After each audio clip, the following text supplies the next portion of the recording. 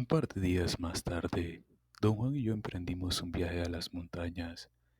Explicó que había decidido ir a un lugar especial, que creara un ambiente apropiado en donde explicarme algunos aspectos complejos de la maestría del estar consciente de ser. Habitualmente don Juan prefería ir a la cordillera del oeste, que además estaba más cerca, pero esa vez eligió las cumbres del este. Esa cordillera era mucho más alta y estaba más lejos. A mí me parecía más siniestra, oscura e imponente. No podía, sin embargo, determinar si esa impresión era mía o si, de algún modo, había absorbido los sentimientos de don Juan acerca de esas montañas. Al llegar a las colinas bajas, antes de comenzar el ascenso a las empinadas cumbres, nos sentamos a descansar. Abrí la mochila que las mujeres videntes del grupo de don Juan me habían preparado y encontré un enorme pedazo de queso. Al verlo experimenté un momento de fastidio, como me sucede de costumbre, ya que el queso me ha encantado toda la vida, pero nunca me ha sentado bien, y siempre he sido incapaz de rechazarlo. Don Juan, desde el momento que se dio cuenta de mi debilidad, hizo lo imposible para aguijonearme con ella. Al principio me sentí muy avergonzado, pero mi vergüenza disminuyó al descubrir que cuando no había queso a mi alrededor no lo echaba de menos. El problema era que los bromistas del grupo de don Juan siempre me ponían un gran trozo de queso al alcance de la mano, y yo, por supuesto, siempre terminaba por comerlo. Termínalo en una sola sentada, me aconsejó don Juan, con un destello de malicia en los ojos. Así no tendrás que preocuparte más por el asunto. Probablemente bajo la influencia de tal consejo Probablemente bajo la influencia de tal consejo, tuve el enorme deseo de devorar todo el trozo. Don Juan rió tanto una vez más, sospeché que se había puesto de acuerdo con su grupo para tenderme a una trampa. Ya más en serio, sugirió que pasáramos la noche allí, en las colinas, y que tomáramos 1 o 2 días para llegar a las cumbres más altas. Yo estuve de acuerdo. De una manera muy casual, don Juan me preguntó si me había acordado algo sobre las 4 disposiciones del acecho. Admití que había tratado, pero que me falló la memoria. ¿No recuerdas que te enseñé lo que significa no tener compasión? Preguntó. No tener compasión, lo opuesto a tenerse lástima a sí mismo. Yo no me acordaba de nada. Don Juan pareció quedarse pensando qué decir. De pronto las comisuras de su boca se dejaron caer en un gesto de fingida impotencia. Se encogió de hombros y levantándose caminó apresuradamente a una corta distancia hasta la cima plana de una pequeña colina. Los brujos no tienen compasión, dijo, mientras nos sentábamos en el suelo rocoso. Pero ya tú sabes todo eso. Lo hemos conversado tantas veces. Después de un largo silencio dijo que continuaríamos discutiendo los centros abstractos de las historias de la brujería, pero que tenía la intención de hablar cada vez menos sobre ellos, pues se acercaba el momento en que me sería dado descubrirlos yo mismo y permitir que me revelaran su significado. Como ya te he dicho, continué, el cuarto centro abstracto se llama el descenso del espíritu, o ser movido por el intento. La historia cuenta que, a fin de revelar los misterios de la brujería al hombre del que hemos estado hablando, fue necesario que el espíritu descendiera. El espíritu eligió un momento en que el hombre estaba distraído, con la guardia baja y sin mostrar piedad alguna, dejó que su presencia moviera por sí misma el punto de encaje de ese hombre a una determinada posición, una posición que los brujos describen como el sitio donde uno pierde la compasión o el sitio donde no hay piedad. Puesto que el hombre de nuestra historia perdió allí la compasión, el no tener compasión se convirtió en el primer principio de la brujería. El primer principio nunca debe confundirse con el primer efecto del aprendizaje de brujería, que es el moverse desde la conciencia normal a la conciencia acrecentada. No comprendo lo que trata usted de decirme, me quejé. Lo que quiero decir es que, según todas las apariencias, el moverse de un estado de conciencia al otro es lo primero que le ocurre a un aprendiz de brujo, replicó. Por consiguiente, es natural para un aprendiz asumir que el movimiento del punto de encaje es el principio de la brujería, pero no es así. El primer principio de la brujería es el no tener compasión, pero ya hemos hablado anteriormente de esto, solo estoy tratando de hacerte acordar. En ese momento pude sinceramente haber dicho que no tenía ni la menor idea de lo que don Juan decía, pero también pude haber dicho que tenía la extraña sensación de que lo sabía muy bien. Acuérdate de la primera vez que te hablé de no tener compasión, me instó. Acordarse tiene que ver con el movimiento del punto de encaje. Esperé un momento para ver si yo seguía o no su sugerencia. Como era obvio que yo no podía hacerlo, continuó con su explicación. Dijo que por misterioso que fuera el moverse a la conciencia acrecentada, solo hacía falta la presencia del espíritu para lograrlo. Comencé ese, Comenté que ese día o bien sus enseñanzas eran extremadamente oscuras o yo estaba terriblemente denso, pues no podía seguir sus pensamientos en absoluto. Respondió con mucha firmeza que mi confusión no tenía la menor importancia y que lo único significativo era que el que yo comprendiera que un mero contacto con el espíritu bastaba para facilitar el movimiento del punto de encaje. Ya te he dicho que el nahual es el conducto del espíritu, prosiguió.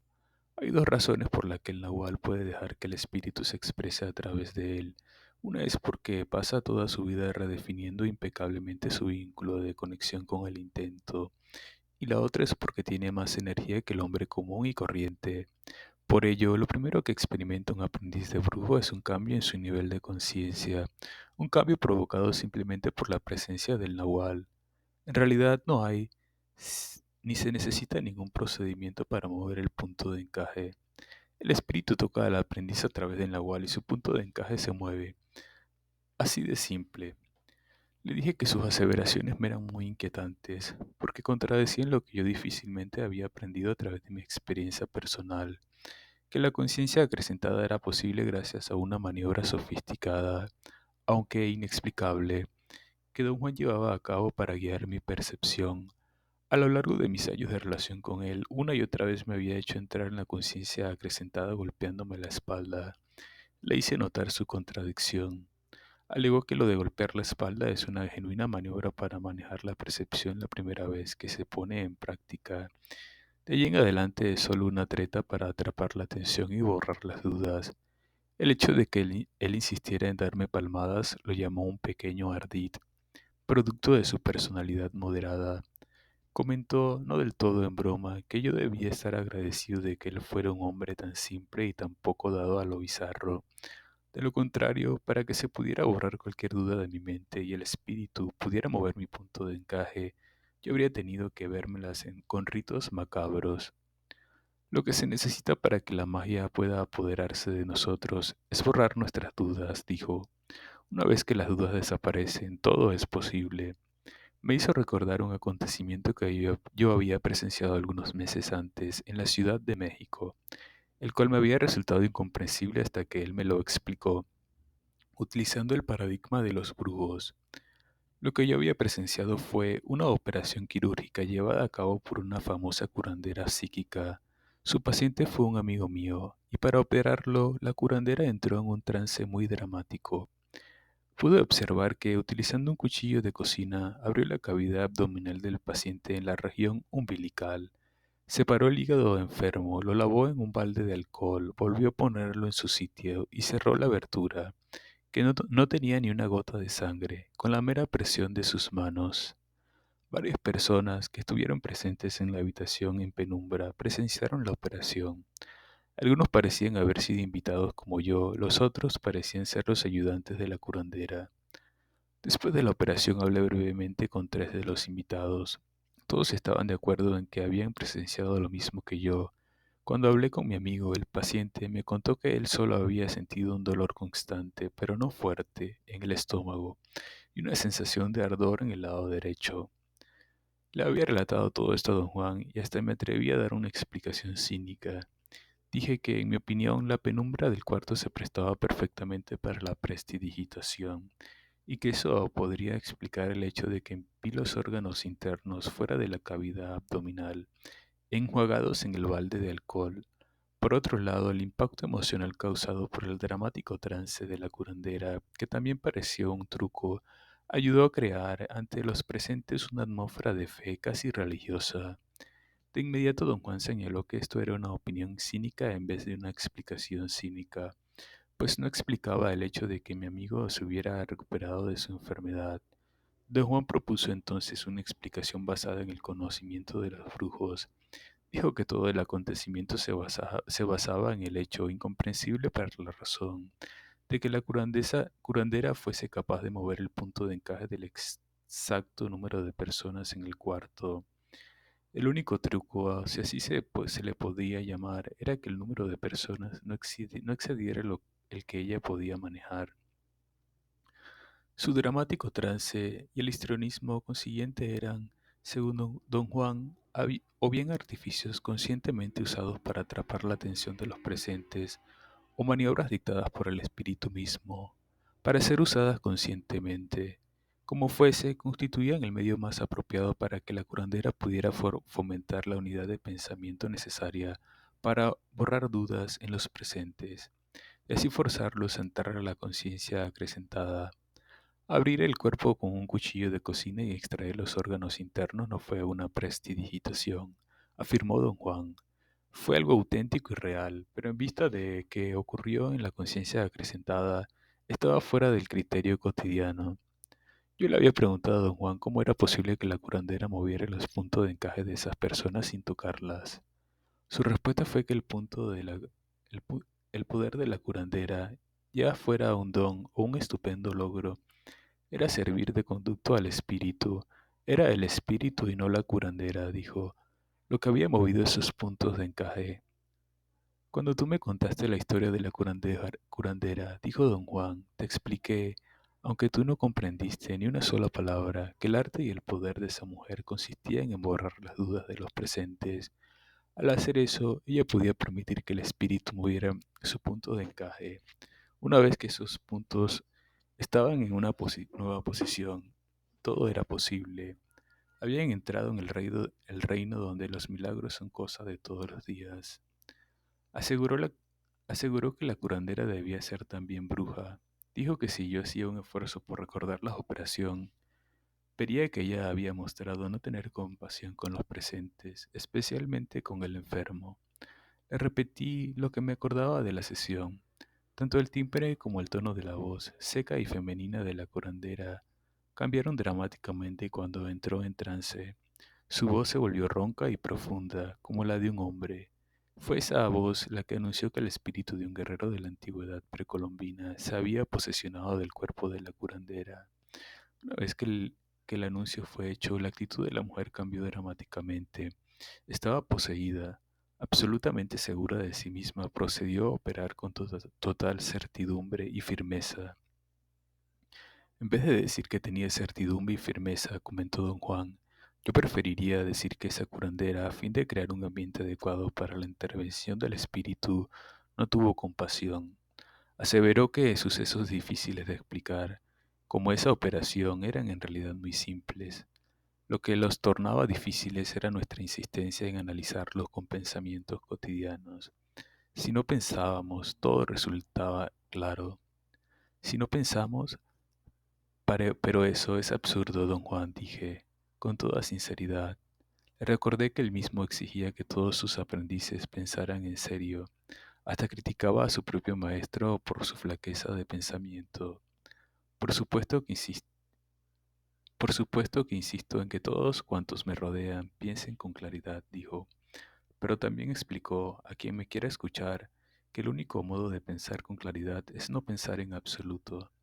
Yo creía que tú comprendías esa contradicción de la brujería. Casi a gritos lo acusé de hablar en acertijos. Riendo a carcajadas, se burló de lo que él llamó mi compulsiva necesidad de defenderme. Luego explicó que para los brujos había dos maneras de pensar. Una era la manera normal y cotidiana, regida por la posición usual del punto de encaje. Una manera que dejaba todo en una gran oscuridad y producía pensamientos poco claros que no servían para mucho. La otra era una manera de pensamientos precisos, funcional y económica que dejaba muy pocas cosas sin explicar. Don Juan comentó que para que cesara la manera normal de pensar era indispensable mover el punto de encaje. ¿O era indispensable hacer cesar la manera normal de pensar para así permitir que el punto de encaje se moviera? Aseguró que si uno encaraba sin pensamientos, esta aparente contradicción no era contradicción en absoluto. Quiero que te acuerdes de algo que hiciste en el pasado, dijo. Debes acordarte de un movimiento especial de tu punto de encaje. Para acordarte como yo quiero que lo hagas, tienes que dejar de pensar pensamientos normales. Entonces predominará la otra manera de pensar, la que produce pensamientos claros, y ellos harán que te acuerdes. ¿Y cómo dejó de pensar? Pregunté, aunque bien sabía lo que me iba a responder. Intentando el movimiento de tu punto de encaje, dijo. El intento se lo llama con los ojos. Le dije a don Juan que mi mente estaba en un vaivén, fluctuando entre momentos de extrema lucidez, en que todo parecía cristalino, y lapsos de profunda fatiga mental en los que yo no llegaba a entender lo que él decía. Trató de tranquilizarme, explicando que mi inestabilidad se debía a una ligera fluctuación de mi punto de encaje, el cual aún no se hallaba fijo en su nueva posición. Alcanzada algunos años antes, la fluctuación era el resultado del residuo de compasión por mí mismo que todavía existía en mí. ¿Qué nueva posición es esa, don Juan? Pregunté. Hace años, y esto es lo que quiero hacerte recordar, tu punto de encaje llegó al sitio donde no hay compasión, respondió. El sitio donde no hay compasión, ¿qué cosa es eso? Pregunté. Es el mero centro del no tener compasión. Pero tú ya sabes todo esto, por el momento hasta que te acuerdes. Digamos solamente que el no tener compasión, siendo una posición específica del punto de encaje, se manifiesta en los ojos de los brujos. Es como una nube brillante y trémula que cubre el ojo. Los ojos de los brujos son brillantes. Cuanto mayor es el brillo, más intenso es su sentido de no tener compasión. Por ejemplo, en este momento tus ojos están opacos. Explicó que cuando el punto de encaje se mueve al sitio donde no existe la compasión, los ojos comienzan a brillar. Mientras más firme es la fijeza del punto de encaje en su nueva posición, más brillan los ojos. Trata de acordarte de todo lo que ya sabes al respecto, me insistió. Guardó silencio por un momento, después habló sin mirarme. Para los brujos, acordarse no es lo mismo que recordar, continuó. Recordar es cuestión del pensamiento cotidiano, cuestión de la posición habitual del punto de encaje. Acordarse, en cambio, depende del movimiento del punto de encaje. La recapitulación de sus vidas que hacen todos los brujos es la clave para mover el punto de encaje. Los brujos inician la recapitulación recordando los actos más importantes de sus vidas. De simplemente pensar en ellos pasan a verdaderamente estar en los eventos mismos, pasan a revivirlos. Cuando logran eso, revivir los eventos mismos, han movido en efecto el punto de encaje al sitio preciso en el que estaban cuando ocurrió el evento que estaban reviviendo.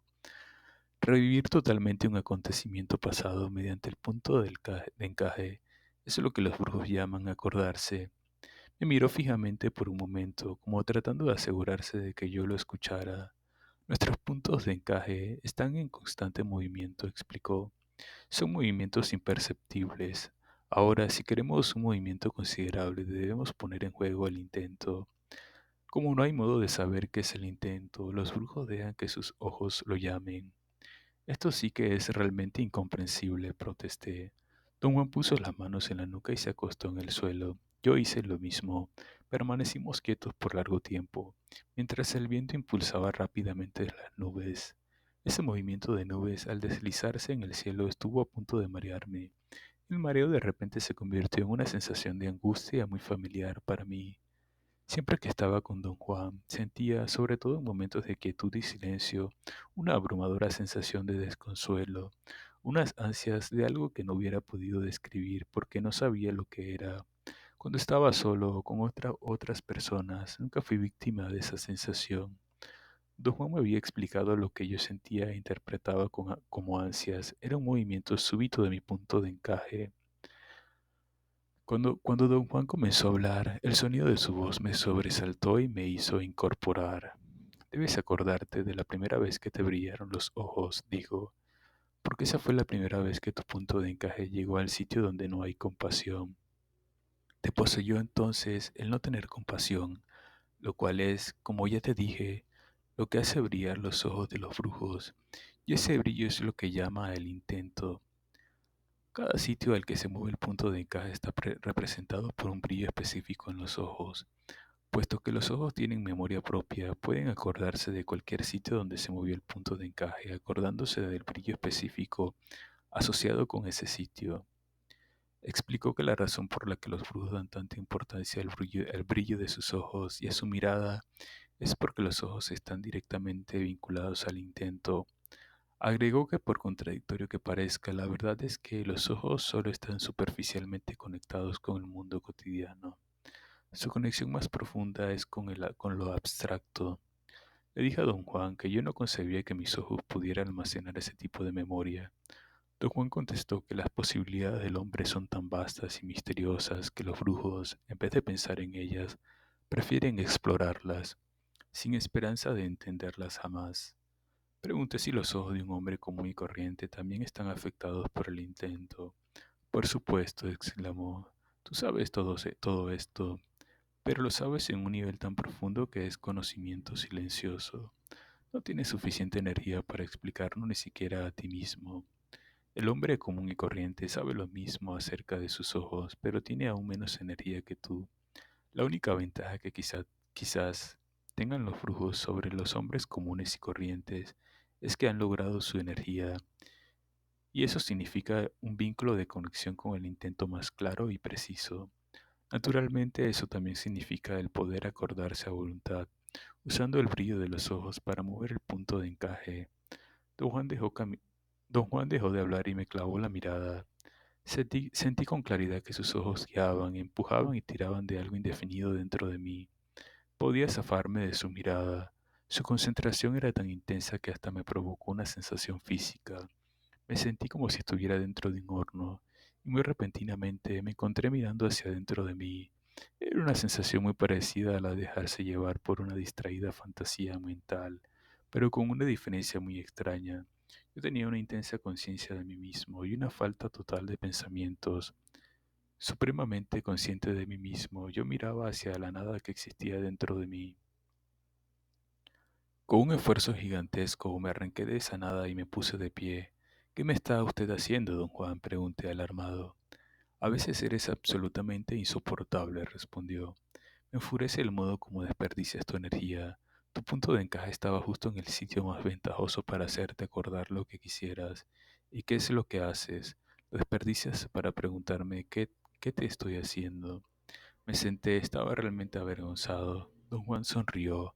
Pero el ser cargoso y a veces inaguantable es tu mayor ventaja, agregó. ¿Por qué habría yo de quejarme? Los dos estallamos en una fuerte carcajada. Era un chiste entre él y yo. Años atrás yo me había sentado profundamente conmovido, al mismo tiempo muy confuso por la tremenda dedicación que don Juan ponía en ayudarme. No lograba imaginar por qué me demostraba tanta bondad. Era evidente que yo no le hacía falta en absoluto, por lo tanto no lo hacía por interés, pero yo había aprendido, a través de las duras experiencias de la vida, que nada es gratis, y al no poder imaginar qué recompensa esperaba don Juan, me sentía muy intranquilo. Un día le pregunté sin más ni más, y en tono muy cínico, qué sacaba él de nuestra asociación. Dije que no había podido adivinarlo. Nada que tú puedas comprender, respondió. Su respuesta me enojó. Le dije belicoso que yo no era estúpido y que por lo menos él podía hacer el esfuerzo de explicármelo.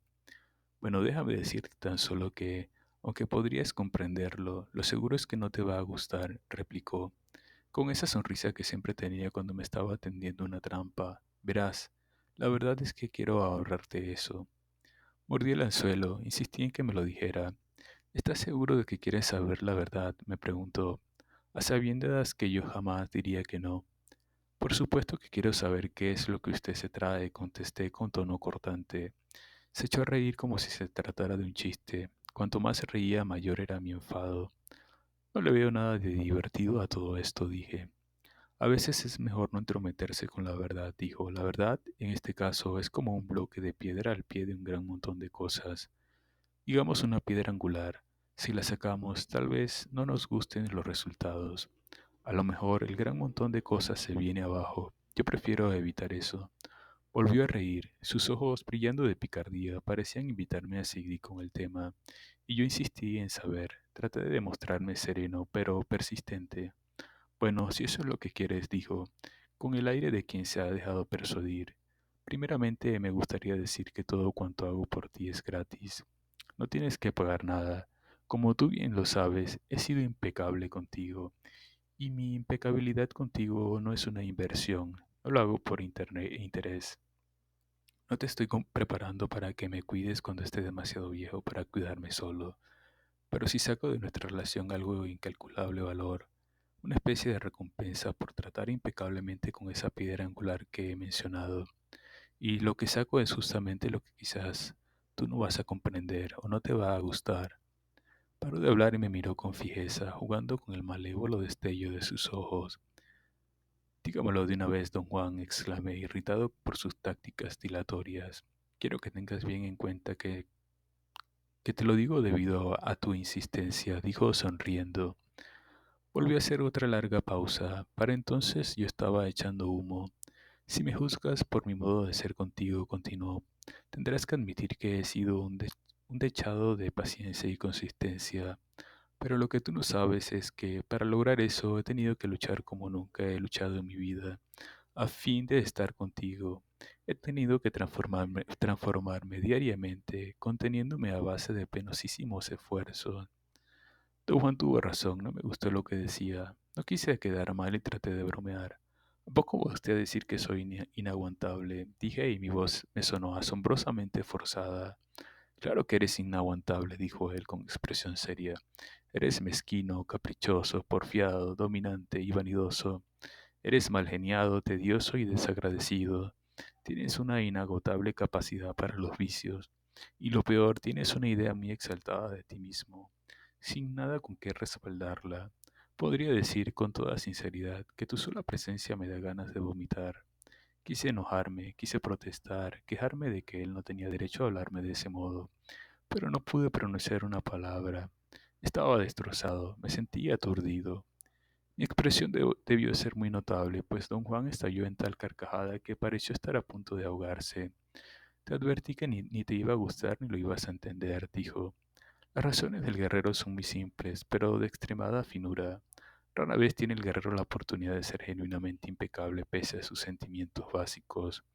Tú me has dado la inigualable oportunidad, el acto de dar, libre e impecablemente. Me rejuvenece, renueva en mí la idea de lo maravilloso. Lo que obtengo de nuestra relación es en verdad algo de tan incalculable valor para mí que estoy irremediablemente endeudado contigo. Sus ojos brillaban sin picardía. Don Juan empezó a explicar lo que había dicho. Soy el Nahual. Moví tu punto de encaje con el brillo de mis ojos, dijo, como si no tuviera importancia. Los ojos de todos los seres vivientes pueden mover el punto de encaje, sobre todo si están enfocados en el intento. Bajo condiciones normales, la gente enfoca los ojos en el mundo en busca de comida, de refugio, de protección.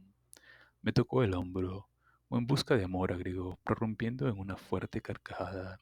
Don Juan se burlaba constantemente de mi búsqueda de amor. Nunca olvidó una respuesta ingenua que le di cierta vez al preguntarme el qué buscaba yo en la vida. Un momento antes me había estado guiando hacia la admisión de que yo no tenía metas claras en mi vida. Bramó de risa al oírme decir que yo buscaba amor.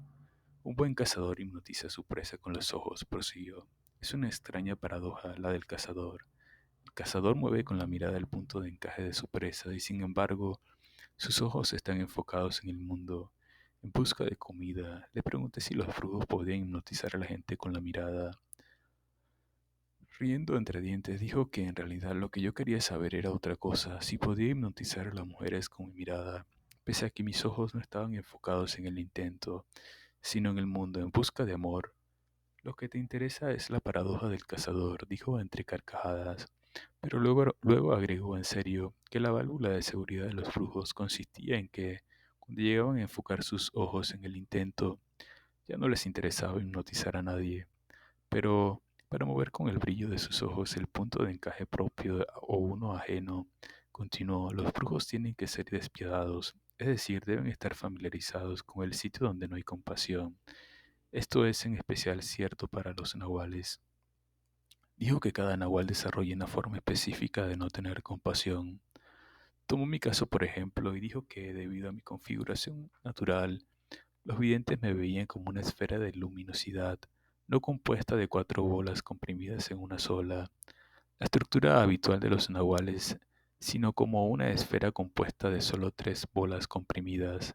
Esa configuración me hacía ocultar automáticamente mi falta de compasión tras la máscara de un hombre que se entrega fácilmente a todo.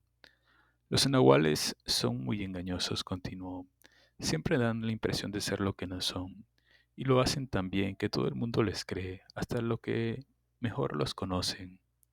Realmente no comprendo por qué dice usted que soy engañoso, don Juan, protesté. Te presentas como un hombre que se da a todo, dijo. Das la impresión de ser generoso, de tener gran compasión, y todo el mundo está convencido de tu autenticidad. Hasta jurarían que eres así. Pero así es como soy, exclamé con absoluta sinceridad. Don Juan se dobló en dos de risa. El rumbo que estaba tomando la conversación era desastroso y quise poner las cosas en claro. Aseguré con vehemencia que yo era sincero en todo cuanto decía. Lo desafié que me diera un ejemplo de lo contrario y él me dio uno.